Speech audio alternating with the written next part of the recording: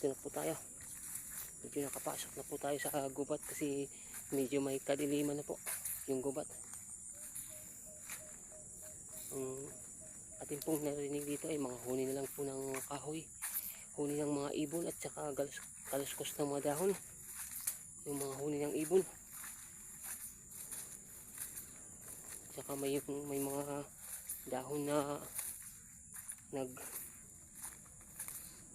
kumakaluskos. Medyo tahimik po ditong lugar. Sana po ay maganda yung ating kapupuntahan. Ito po yung mga kahoy po dito, mga kahoy po na medyo may kaanuhan na, katandaan. Kasi yung mga kahoy dito medyo may mga matatandang kahoy na dito sa edad nila, sa tagal na nilang nakatubo rito. Tingin-tingin po tayo sa mga kahoy, baka may makita tayo mga magandang view. Tulad may mga ibon dyan na parang nakatira. Maganda po tingnan yung mga taas ng kakahuyan. Sobrang masukal na po. Naghalo po yung mga kawayan at saka mga kahuyan. Yan po. Nakakagulat naman po yung ibon na bigla na lang pong pumaripas ng lipad. Nandiyan po kanina, biglaan lang po lumipad. Yung mga ibon kasi na, yun po, may mga ibon po doon. May mga ibon po kasi dito na ano na sila, parang nakatahimik lang. Pag nagagalaw yung dinadaanan, biglang lumilipad. Kaya bigla ka rin, parang maano ka rin, kakabahan ka rin kasi para ka rin binulaga.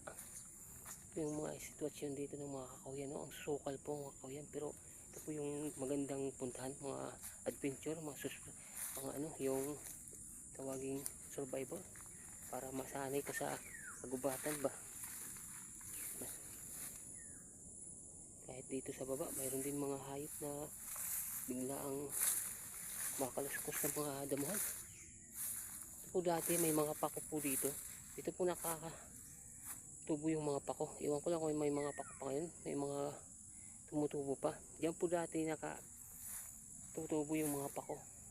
Iwan ko may pako pa ba ngayon, no? Halo-halo na kasi yung, mayroon pa naman ilan konti nakikita ko. Nakahalo kasi yung mga damo sa mga gulayan. Ano lang muna po tayo, ikot lang muna tayo dito sa kagubatan.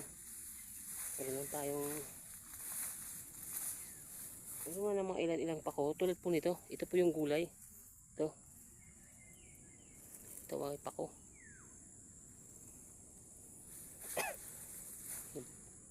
Yun po yung gubat na mahirap na po yan makapasok ka dyan kasi ano na po yan, masyado ng matarik. Maraming mga makakasabit sa katawan mo, mga tinik, kasi hindi mo na yan kaya pasukin tulad po yan, no? Pero subukan po natin pasukin yan para po sa ating mga viewers at mga subscriber, para makita po nila yung gubat na minsan lang pinapasok na tao. Kasi dito ngayon, ang sadya po natin ngayon, talagang magpapasok-pasok tayo sa mga masukal, kasi gusto natin makita yung may mga ibon, mga ibong gala at saka mga iba't ibang hayop. Dito siguradong may makikita tayo, mga ibong gala at saka hayop ng mga gala. Tulad ng mga bayawak, marami po dito. Makikita po natin dito yung mga hayop na gala, mga gala sa kagubatan. Dito po natin makikita sila. May ilog po dito pero hindi gaano malaki yung tubig. Tingnan po natin yung ilog na to. Yun po. Nag-iiba na po ang kulay ng tubig niya sa daming mga dahon daming dahon lubog sa tubig, kaya iba na po ang kulay. Mga nakatira dyan, mga ibon-ibon dyan, may mga ibon at saka mga iba't ibang hayop din, ng mga tulad ng mga bayawak, mayroon po yan dito. Pasok pa po tayo dito. yung mga sitwasyon dito na dati namin pinupuntahan to dito. Pinagkukunan namin ng gulay. Pero ngayon wala na. Masukal na po talaga. Hindi na po natin makikita yung gulay na dati. Pag hanggang diyan ka lang sa tinatayuan mo. Meron pa po may ano yan. Kukunin po natin para hindi tayo sayang yung pinuntahan. Ito po yung gulay, sinasabi ko. Tawag po dito sa amin, pako. Ito po. Pako po ito dito sa amin.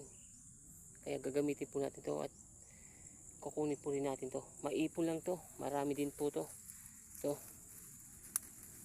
Ganito. Ito, pako po to. Isapay po natin to sa ating pagpapasok sa mga kagubatan para meron tayong may uwing gulay din.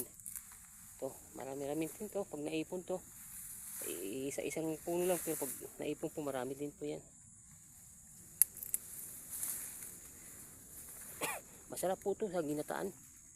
Tapos may ano po, mayroon pang konting sahog na mga hipon, pasayan. Naipon po nga, pag naipon po rin to, marami-rami rin po to. Tingnan po lang natin yung dinadaanan natin para sigurado po tayo. Iwas tayo sa disgrasya, sa awa ng Diyos. Ilayo tayo sa disgrasya. Kasi masukal na po itong kagubatan ating pinapasok. Para po ano po natin dito minsan may nagsasaka dito na hanap buhay, nagtatanim ng mga gulay-gulay. Ito lang, isang linggo sila dito nakatira, naggagawa-gawa sila dito ng kubo. Dito sila na tutulog hanggat isang linggo. Ito lang yung ano lang, ulam lagi hanggang makaano sila, abot ng isang linggo.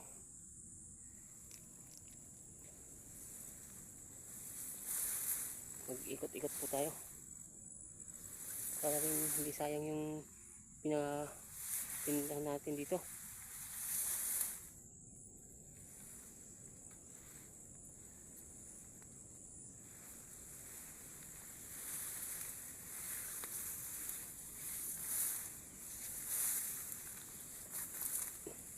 Dito muna tayo.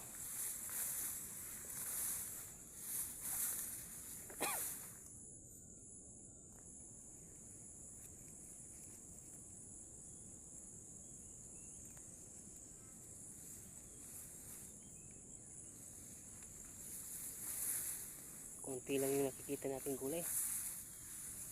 Parang hindi gaanong marami ang tubo ngayon. Mahina ang tubo ngayon ng gulay dito, yung pako.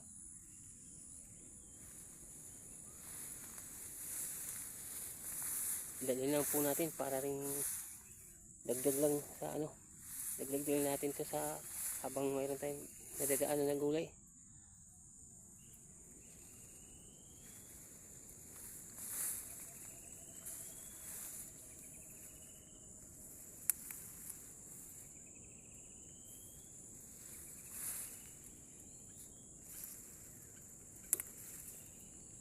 Meron na po tayong naipon, no?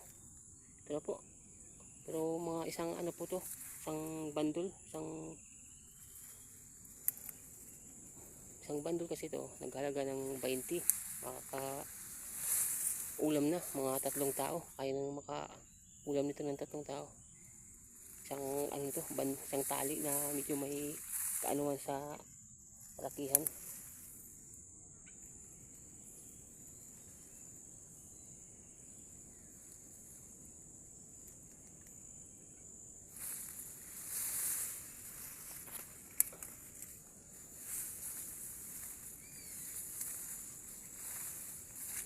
Ano na rin tayo konti, oh. Ito, nakaipon na rin tayo.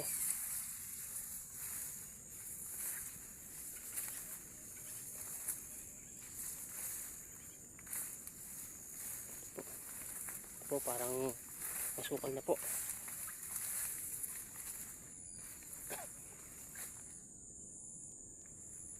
Narinig lang po natin ay mga huli ng mga ibon. Kasi paano na po yung lugar na papasukin natin.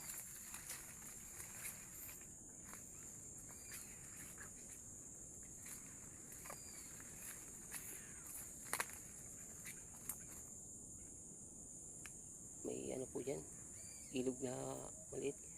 May tubig po. Yan po, narinig po yun. Ano po yun? Sa Tagalog o sa English ba? Duck. Ibong pato. Yung ibong pato ba? Yung lumilipad na pato. Yung ibon. May halo siyang may ano siyang pagka-ibon. Duck. Malaking ibong pa kasi po yun. Malaking ibong pato. Tawagin. Duck. Ito po yung ano. Masukal na po na kakahuyan. Kaya po muna natin to kasi parang naano tayo. Ito, kaya natin muna ito ilagay. Ito po muna. Akin lang muna iiwan dyan.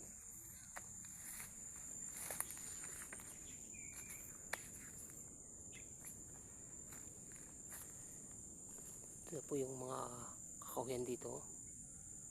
Medyo may kalak, may mga ano na yan. Katandaan na yung mga kakahuyan dito sa mga paligid-ligid.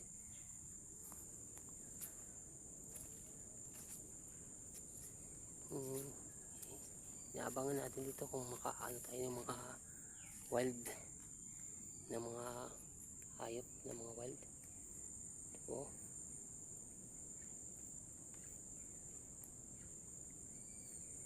Medyo may mga anuhan na talaga yung gubat. Kakapal na po yung mga kakahuyan po dito.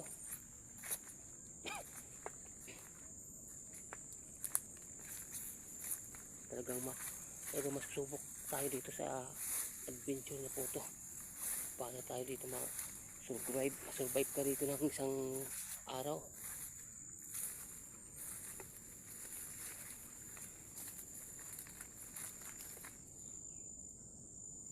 Yung mga kakaluskos po ng mga dahon, yung mga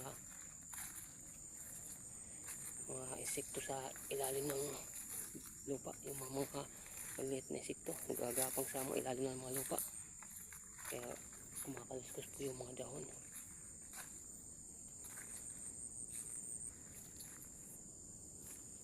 Mga lugar nga malamig pero madilim, umaga pa lang, tas kaano pa lang po yung araw pero madilim po kasi sa sukal na po ng mga kakahuyan.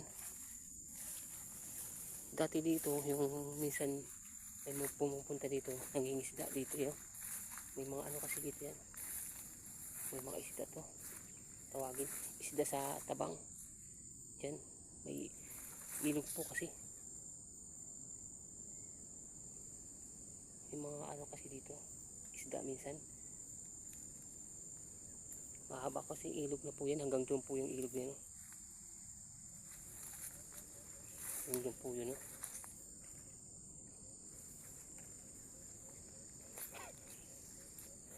Sarap dito kung medyo marami-rami kayo para enjoy, tapos talagang isulit talaga yung isang araw dito. Talagang ano nyo talaga hanggang dulo nito. Kaya yung sa ating mga viewers po dyan, itapos nyo po itong video na to para masaya po.